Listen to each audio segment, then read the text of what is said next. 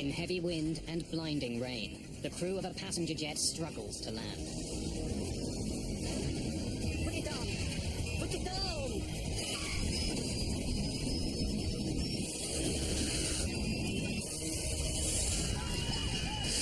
A terrifying crash landing leads to a desperate fight to survive. The only thing that matters to me now is to get my daughter Emily and protect her as we blow up. But we just knew that there were so many passengers in that plane that had not gotten out. Open the door! Open the door!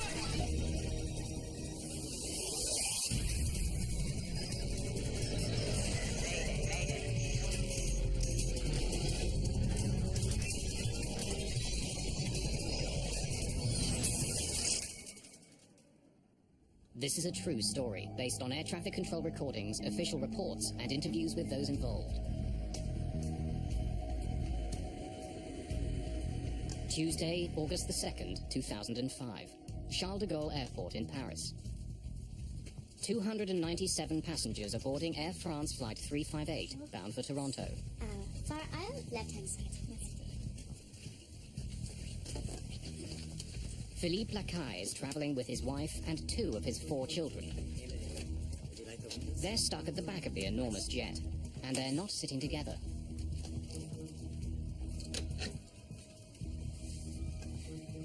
It just happened that we were separated from Emily. They had 3 seats together, so we were in the middle section, and Emily was actually sitting a couple of seats ahead of us on the right side, so close to the right wing of the plane.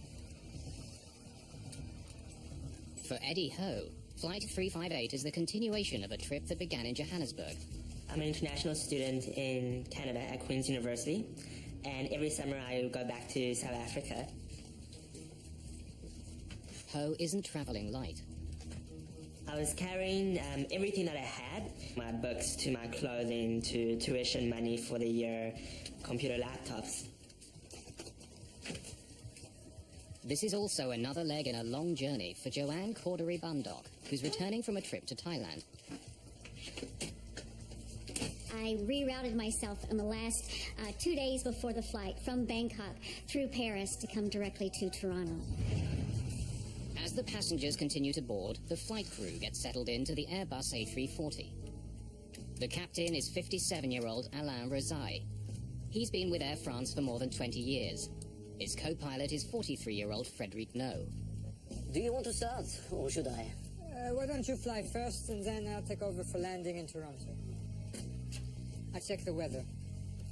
On this flight, the 2 men decide that Captain Rezai will handle the takeoff in Paris, and co-pilot No will land in Toronto. Destination, Toronto Pearson. Check. Crews often split the duties so that co-pilots can get more experience. Rezai and No are joined by one other person in the cockpit. I think you've been expecting me. I'm Miles Trochassé. Miles Trochassé is the son of an Air France employee. He's allowed to ride in the cockpit's jump seat for free. I just want to let you know I've done this before. I promise I'll be quiet.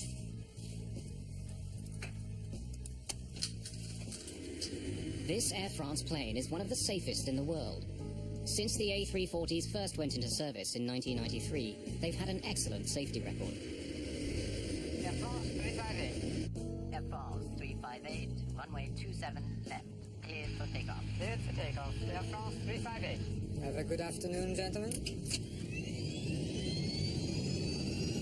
Just a few minutes before 2 in the afternoon, Flight 358 powers into the sky above Paris.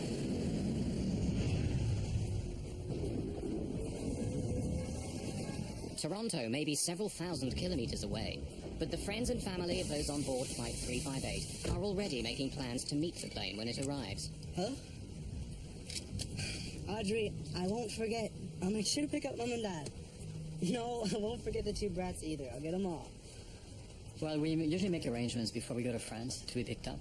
It's easier because we have lots of luggage, and we bring back stuff from France. So it just happened that Julian, our son, was going to spend the summer in Toronto and was available to pick us up. Sis, I'll give you a call as soon as I get in. Don't worry.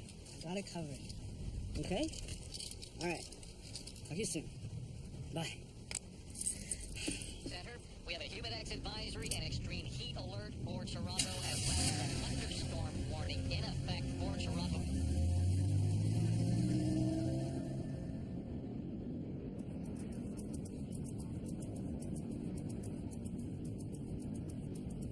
A regular flight from Paris to Toronto takes about 8 hours.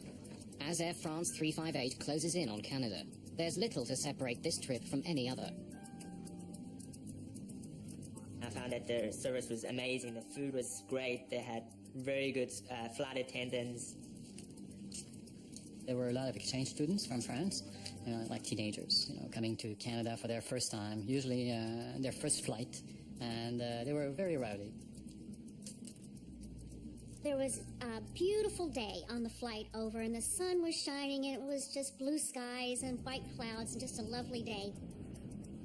The autopilot does most of the work for Captain Alain Rezai and his co-pilot Frédéric No. Just as the two men had planned, No is now in control of the plane. We have a new weather report. The two men get regular updates on the weather conditions in Toronto. Overcast and rainy with a chance of thunderstorms. Temperature in the low 20s.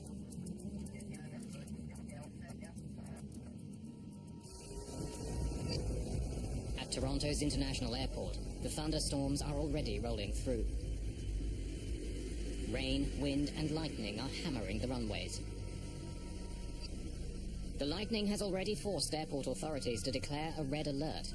It means that the chance of being struck by lightning is so great that ground crews are not allowed to work on the planes.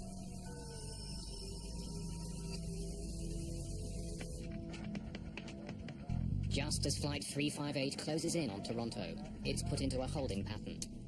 The weather isn't getting any better. 358, there's going to be a little delay. Air France 358, roger on delay. Ladies and gentlemen, this is your captain speaking. I'm sorry to inform you that there'll be a short delay. There's some weather conditions above Toronto, and we're just going to give it a couple of minutes to clear up. I was very surprised when I heard the captain's announcement that we were going to be delayed in landing for about 25 or 30 minutes because of thunderstorms over Toronto. While they're not in the storm yet, the crew enters their holding pattern northeast of Toronto. Their alternate airport is almost 300 kilometers away in Ottawa. At the moment, the plane has a little over 7,500 kilograms of fuel in its tanks, more than enough to get them there. Typically, a pilot will think about the economic impact of diverting to an alternate airport. While that is not a primary decision maker, it is an alternate decision maker as far as if they have to divert, how are the folks going to be transported from that alternate airport back to the destination airport that the airplane was originally going to. Flying almost 300 passengers to Ottawa would be a logistical nightmare. But the crew can't circle for too long with the fuel they have. If the delay continues, they'll have no choice but to divert. Air France, Toronto arrival. Your hold is now canceled. You are cleared for a WASI 2 arrival. Maintain 5,000 feet. Air France 358, roger on cancellation of hold. Cleared for WASI 2 arrival and maintain... Today, the delay isn't long at all. Although the storm continues to thunder down near the airport, the crew is put into their landing sequence.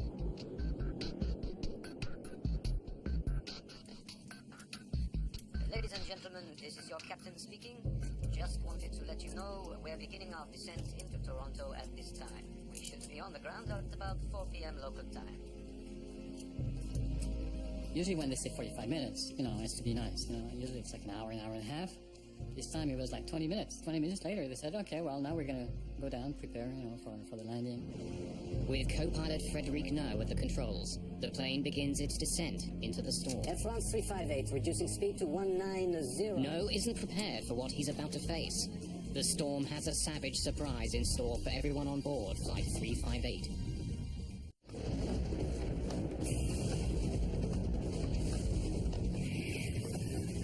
A brutal summer storm is battering Toronto. Winds and lightning are hammering the airport, making it tense for incoming planes.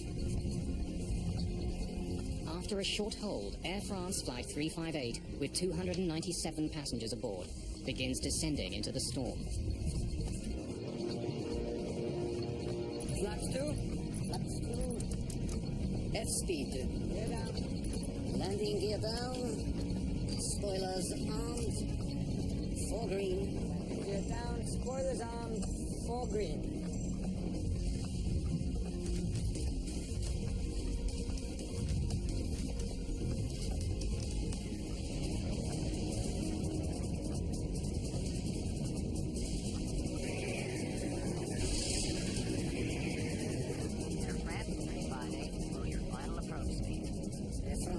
Co-pilot Frederic No has the plane in position. He's moments from landing. Air France 358, roger. Flaps to full. Flaps full.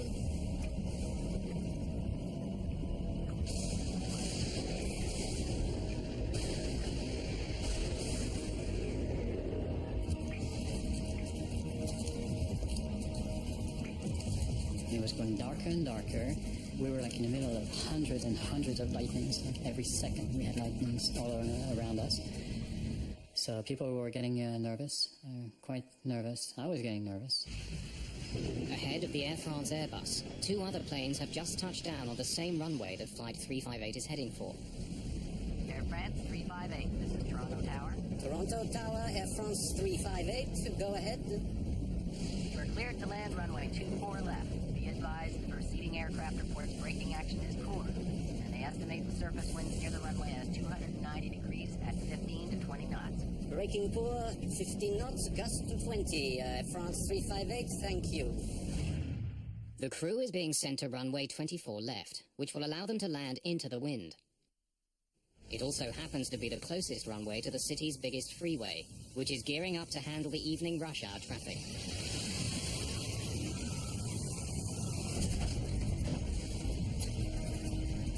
Facing unpredictable winds and a wet runway, the crew prepare for the landing. Select auto brakes to medium. Medium is set. The final approach for landing was hellish. Lightnings were all over. Turbulences were enormous. You could feel the pilot fight with the plane to keep the plane in line with the runway to land, and they had a heck of a time to keep it lined up. I know my son next to me was getting very nervous, and I was nervous to see my daughter actually far from us.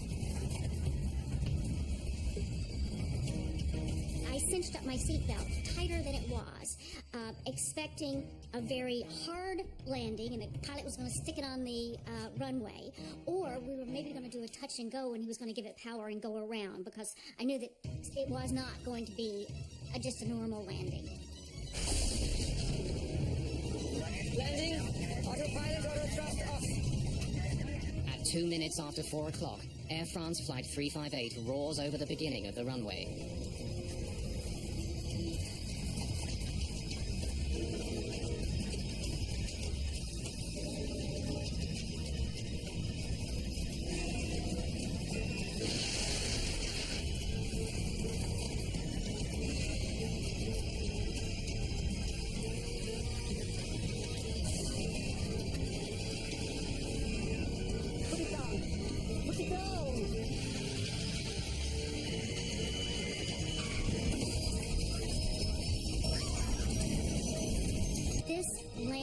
Was more intense and harder than any time I've ever landed in another aircraft. It's a very difficult landing, and everyone started clapping, and even the lady who was sitting next to me, I remember very clearly, she said, you know, wow, that was an amazing landing.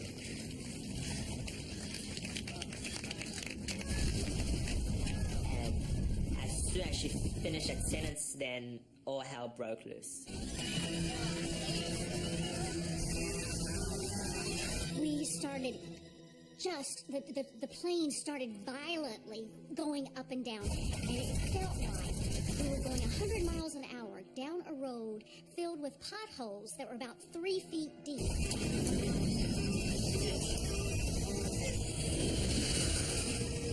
Immediately you could see this orange aura, and for me it's a picture I will never forget. My daughter was sitting ahead of us on the right side of the plane, and at that time she turned her head towards us, with very wide eyes, looking at us, and her face was surrounded by this enormous orange aura of fire. Then, moments after touching down, still traveling at 146 kilometers per hour, Flight 358 runs out of room.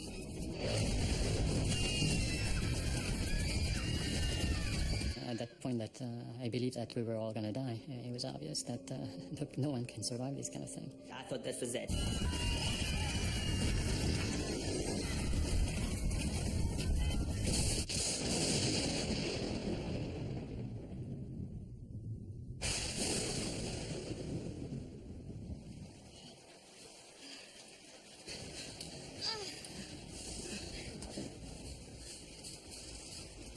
The next thing that I can remember is that an announcement came. Ladies and gentlemen, everything's okay. We've stopped now. Well, no kidding. Of course we've stopped now. But I could tell that everything was not okay because I could immediately smell jet fuel. As the smell of jet fuel fills the cabin, panic quickly spreads. Everybody was expecting the plane to go up. It was obvious. Smoke and flames are spreading quickly. Now it's a desperate struggle to escape.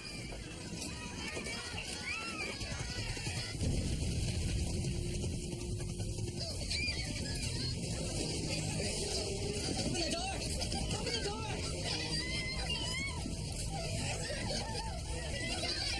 And I could see the air attendant there struggling with the fact that should I or should I not open this door, because the fire was raging just in front of it. At the front of the plane, thick smoke is pouring in through one of the open doors. Joanne Corder-Ribundock races to the other side of the plane. The gentleman in front of me had his bag with him, and he was kind of fumbling around with that and trying to take that down the slide. He was a rather large man, and the slide did not deploy the entire way, so I kind of bailed off the side above him and hit the ground. Eddie Ho has found an exit too, but there's no slide. And people pushing me forward, I couldn't even control myself. And I was like, I don't want to jump as well because, it was 5 meters down at least. Is he okay? Is he okay?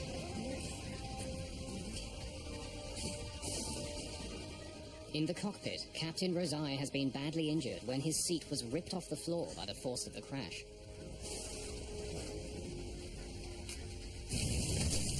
As precious seconds tick by, the flight attendant near the Lacais manages to open the exit door.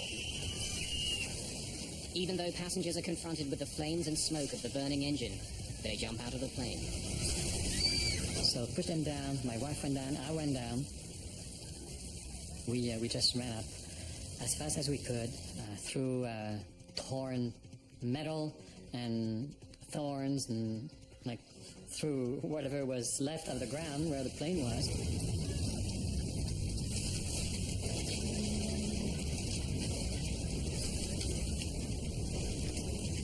Basically, you just had to jump. So what I did was, I prayed quickly and I closed my eyes and jumped.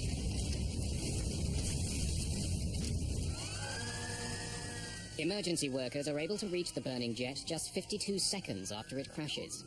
But with the threat of an explosion, it's dangerous to get too close.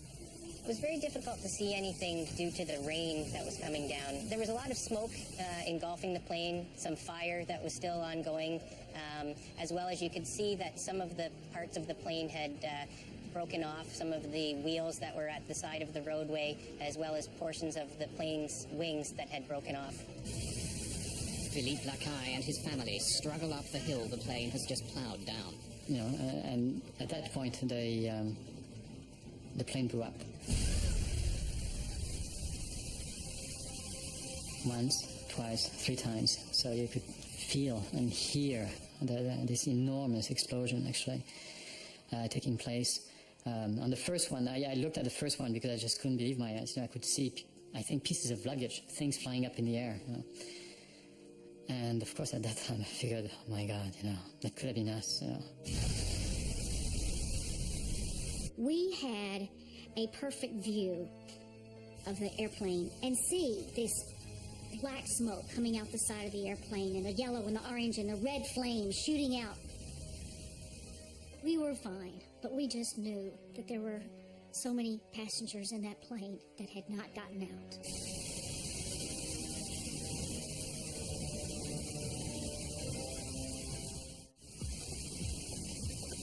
August the 2nd, 2005. Air France Flight 358 has crashed off its runway in Toronto. Flames are tearing at the fuselage. Smoke is pouring from the ruined jet. Dazed passengers are stumbling from the plane. Passengers that were coming up, again, were very rain-soaked and muddy from coming up the hill. There were several individuals that once they got up there were crying and a bit emotional, as well as looking around for other passengers or family or friends that may have been with them at the time. About 35 minutes ago, a plane ran off the runway at Toronto's Pearson Airport. Footage of the crash quickly appears on local TV stations. Philippe Lacaille's daughter Audrey is one of the many people shocked by the pictures. She turned on her TV, and here we go. There was the Air France crash right here, live in front of her, burning, exploding right in front of her eyes. 250 people on board. We have not had any reason to make a statement yet as to whether anybody has survived or escaped. Philippe Lacaille's son Julien is waiting for his father at the airport. He has no idea what's just happened to the Air France flight. What? What do you mean, where am I? I'm at the airport waiting for mom and dad. What? So Julian didn't know anything, and he was there at the airport. And she says, well, you know what? I think you're going to have to wait a long time because their plane just crashed.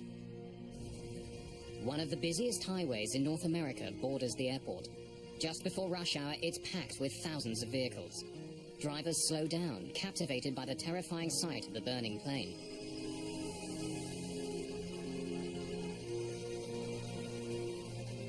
Some of the passengers who've escaped the plane stumble, dazed and shaken, right onto the edge of the highway. Passing motorists stop to take them to the airport.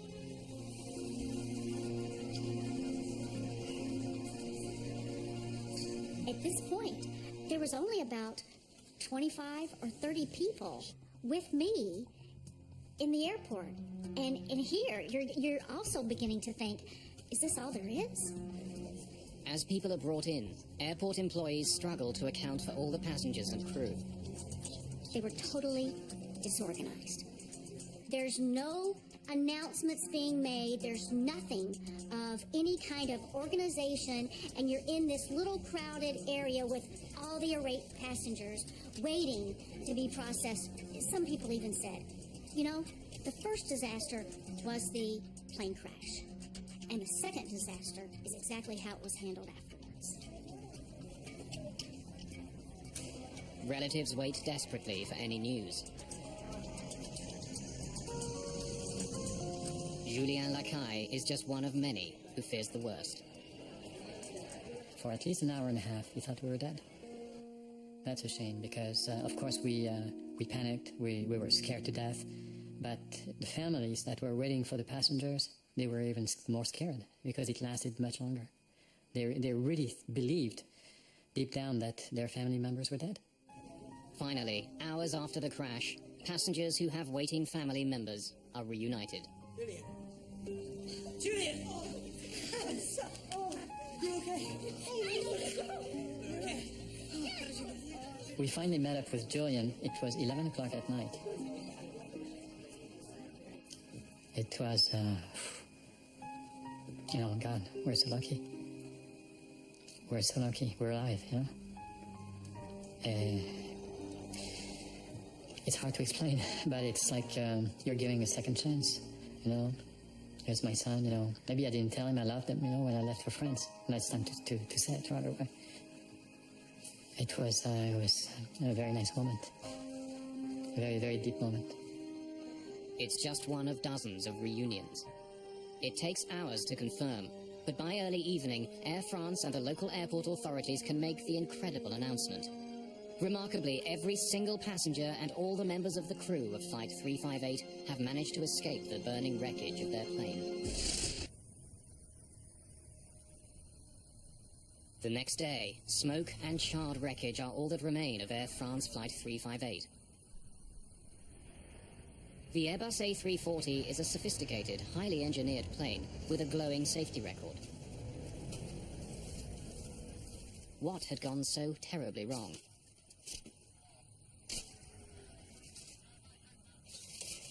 Canada's Transportation Safety Board quickly begins investigating the accident. Landing, autopilot, auto thrust off. Rain and lightning had been battling the airport all afternoon. Was it simply bad weather that caused this crash? Put it down! Put it down! Neither the pilot nor the co-pilot have spoken publicly about the crash. Citing lawsuits that were filed soon after, Air France has kept all of its employees who were on the plane from speaking to the media. Okay? I don't know. Is he okay? I don't know. But former Air France trainer Hervé Labarthe has spoken to Captain Rosai. Et on a parlé, je sais pas. We spoke, let me think, for half an hour. He told me that this is the crucial point, that he has control. More specifically, informed control that he had reached the point where he would have to consider diverting. What he told me is that control informed him that they would soon open the runway. There was, of course, a lot of lightning, rain, and turbulence can have a devastating effect. Instruments become more difficult to read, the aircraft is harder to handle. On lit moins bien les instruments, l'avion est plus difficile parce qu'il bouge beaucoup, quoi. Investigators discover that as the crew struggled for control in the cockpit, on the ground, delicate instruments used to measure the wind of the runway were destroyed by lightning. With the ground equipment destroyed, they were relying on their onboard systems for information about wind conditions. The onboard equipment only gives them the actual wind direction and speed on the nose of the aircraft at that exact time. It does not predict ahead of the aircraft. So the pilots really have no way of knowing what lies ahead of them.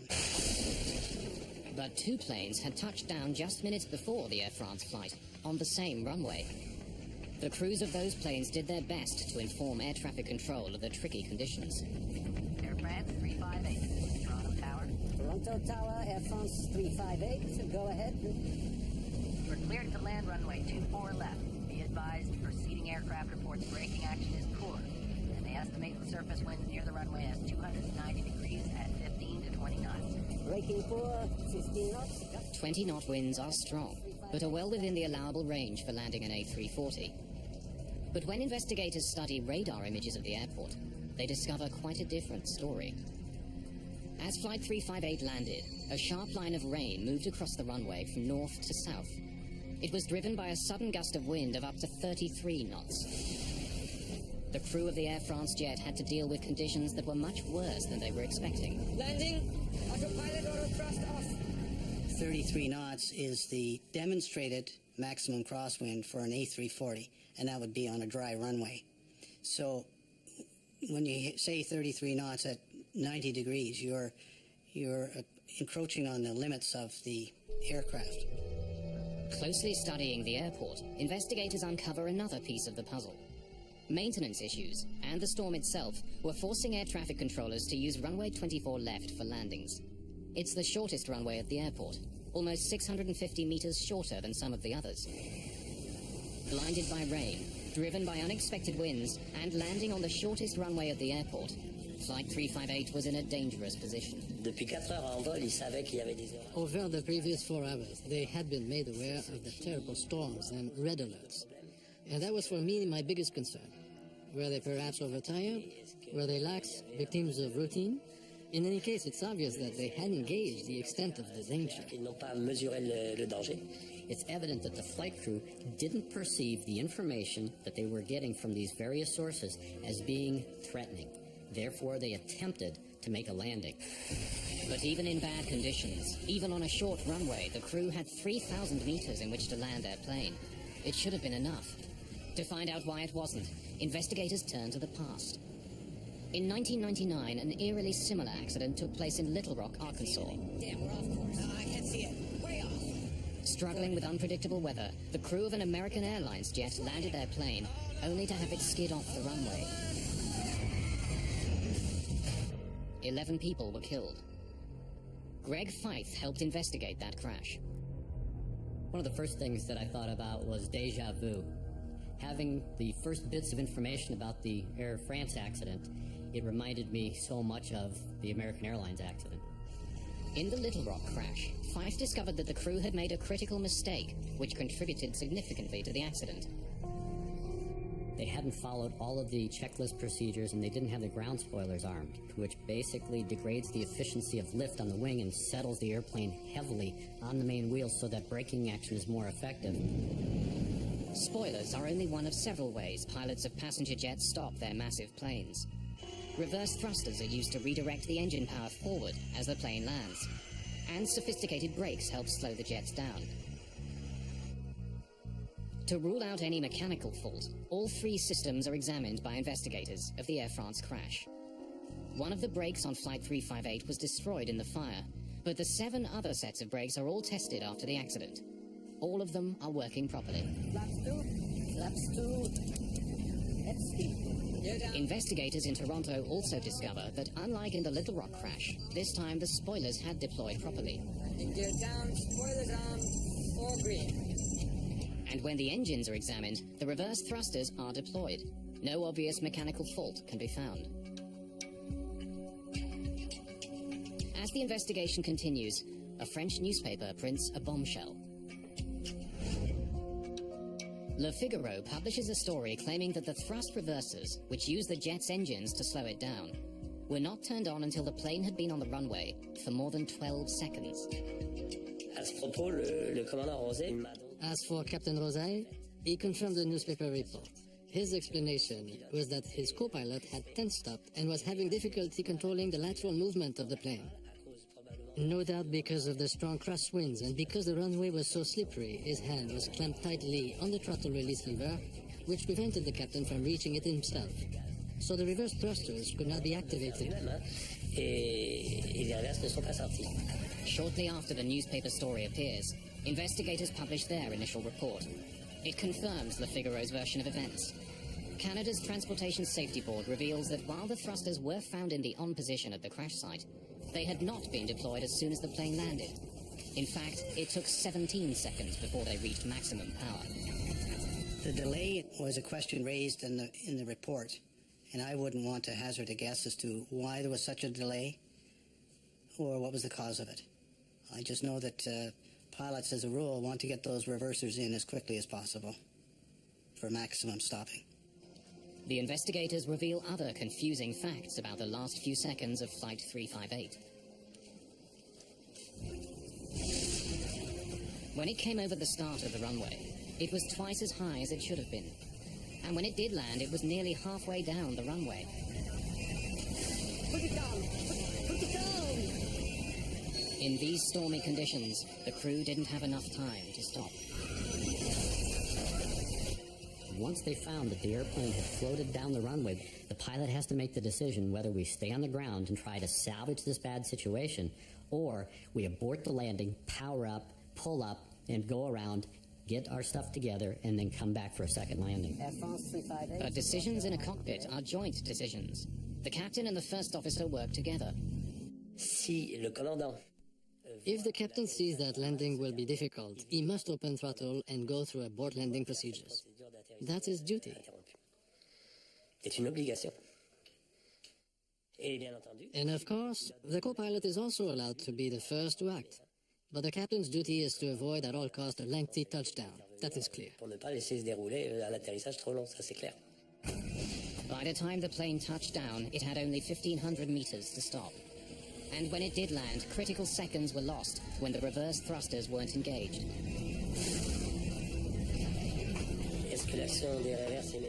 Would it have made a difference to immediately activate the reverse thrusters? Of course it would. Since reverse function reaches its peak efficiency at high speed, that is the exact moment of touchdown, that's what reverse is there for. It's all a matter of aerodynamic braking. The other problem is that the wheels touched ground in the middle of the runway, and reverse or no reverse, at that point it was already too late, as was pointed out by the head of the inquiry. That being said, if the reverse thrusters had been activated immediately, the plane would have come to a stop more quickly. In heavy storms, the margin for error is razor thin. On this rain-filled afternoon, sudden wind, a long landing, and a short runway sealed the fate of everyone on board Flight 358. What concerns some in the aviation industry isn't this particular flight, but the reality that overruns are far too common. They happen all around the world, and safety procedures that could stop them are not in place. In August 2005, Air France Flight 358 crashed off the end of a runway in Toronto. It was a horrifying incident, yet amazingly everyone survived. But Flight 358 wasn't the only jet to go off the end of a runway in 2005. Worldwide, there were 37 other runway overruns. And the causes of all these accidents were remarkably similar. There are a number of causal factors that occur again and again in runway overrun accidents. The weather conditions, the state of the runway surface. It can be wet, it can be icy, it can have snow on it. Speed in excess of a normal approach speed for the aircraft that does not then bleed off as the aircraft attempts to land. And these factors occur again and again in runway overrun accidents. Unlike the crash at Toronto, some overruns are deadly. This Southwest Airlines flight in Chicago slid off its runway several months after the Air France crash.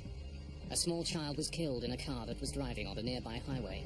Many older airports, in particular in big cities which have expanded out towards the airport in the course of their growth, are constrained in the area that they can use for overruns. You have to consider what happens when the runway is contaminated. Snow, ice, standing water. That will degrade the stopping performance of the airplane. Add to that a tailwind component, which was existent at the time that Air France landed. That, in combination with the contaminated runway, can jeopardize the landing performance and in fact increase it probably by 50%. The International Civil Aviation Organization recommends that every airport have a 300-meter safety zone at the end of runways that handle international flights. Canadian standards are a little less strict. They call for a 60-meter overrun area and recommend another 90 meters on top of that. Runway 24 left meets the low end of those recommendations.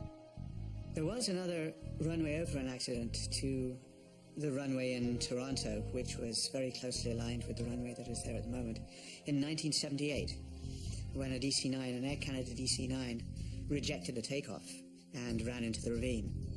Well, the plane started to break, and then there was just nothing, and then we dropped over the edge. There was about a 50-foot drop, I guess, at the end of the runway. We just went over the top, and then there was a heck of a bang, and people and seats all over the place. 2 people died in the 1978 accident.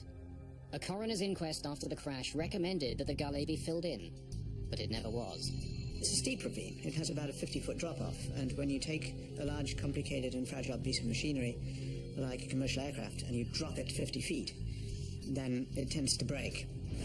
There is a possible solution to runway overruns, but it's not being used in Toronto or many other international airports. It's called EMAS, or Engineered Material Arresting Systems. It's a form of artificial stone or artificial gravel, which has a certain depth. And anybody who's ridden a bicycle into a gravel pit knows that the bicycle stops very quickly, and it can be almost impossible to pedal it out. And the same thing happens to airplanes.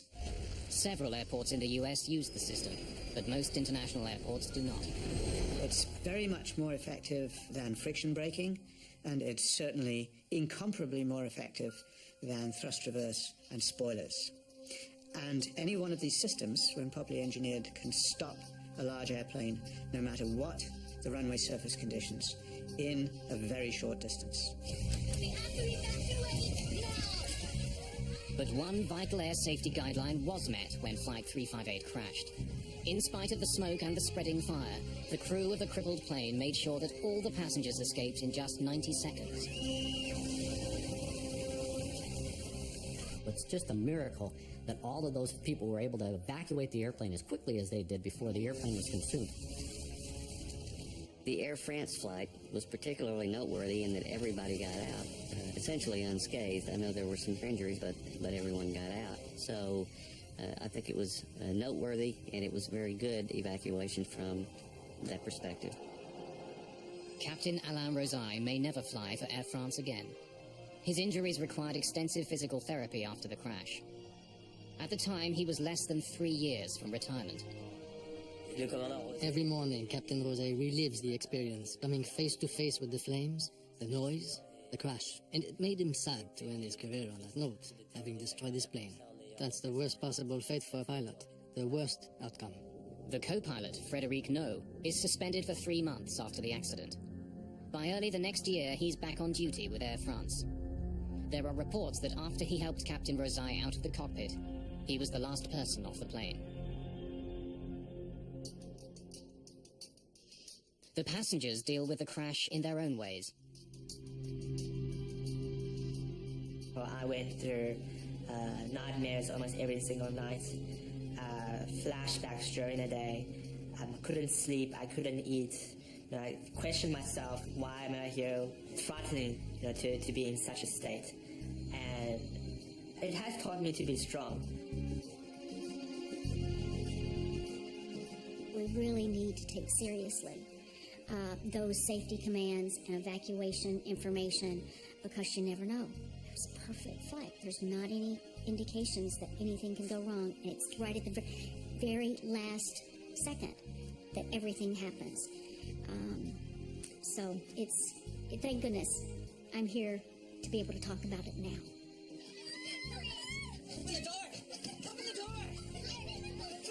There's a lot of negative in the accident, and there's a lot of positive.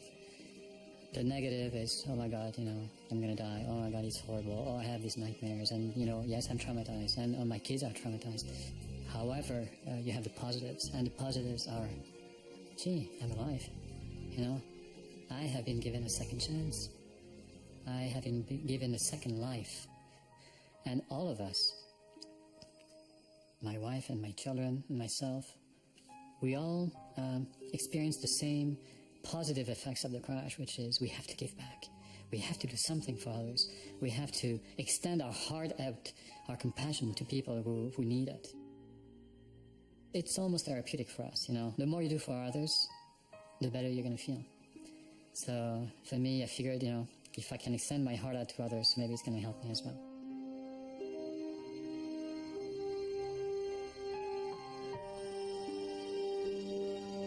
A week of brand new air crash investigation episodes continues tomorrow night at 9 with Firefight, only on National Geographic Channel.